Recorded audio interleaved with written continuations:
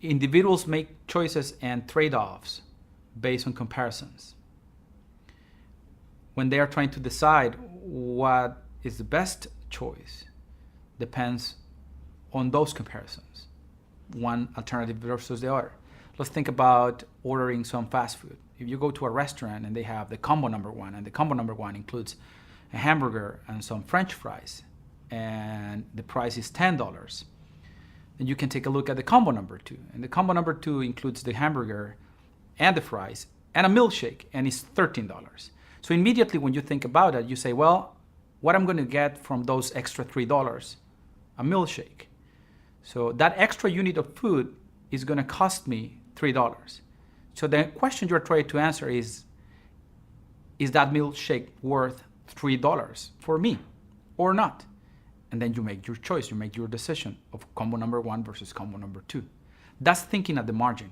At the margin means to think about the next increment, the next unit, that relatively small change, the net addition or subtraction when I make a choice.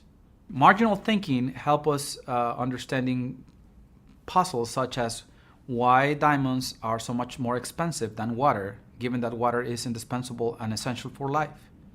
Right? And their answer is that the marginal utility of water compared to the marginal utility of diamonds decreases way faster. Think about the first glass of water if you're thirsty. Very satisfying. Think about the second one. Think about the 20th or 50 glasses of water. Maybe you will be not that happy of getting that 50 glass of water. I don't think about diamonds. What is the marginal utility of that extra unit of diamonds? Right? Probably will not decrease at all. Right? Probably will even increase. What I'm trying to say here is that if you compare the value of the extra unit of water versus the value of the extra unit of diamonds, it is obvious why diamonds are much more expensive than water. Individuals make choices at the margin all the time. This is part of the way we think, even though we don't notice, right? But not only individual decisions such as buying combo number one and combo number two are made thinking at the margin. Business also make decisions with this way of thinking.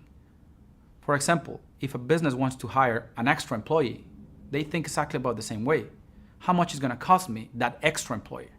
Well, it's going to cost me his or her salary. Well, now I need to compare it versus what? How much is going to produce? What is going to be the value added for having an extra employee? What is his or her marginal production?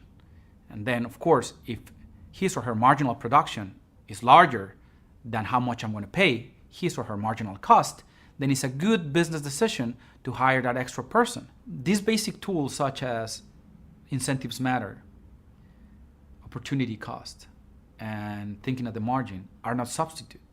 They complement each other. They are intertwined in the way economists see the world. Thus, when somebody is deciding about the combo one versus the combo two and thinking, should I get the milkshake that is worth for me $3 more? She's not only thinking about that extra pleasure that the milkshake is going to give her, but about the opportunity cost of using those $3 to buy that milkshake. And what is the alternative use of those $3? Maybe some popcorn at the movies, maybe candy at the movies, or what have you, right? So at the same time that is thinking at the margin, is thinking at the opportunity cost of that money, how to allocate those resources. So we do that all the time. For a public official, it might be the case that marginal analysis don't come that naturally because there's not that attachment. However, it should, because still there is an alternative use of those public funds. So a public official should think, if I allocate these resources in this project, how much I'm going to get out of it.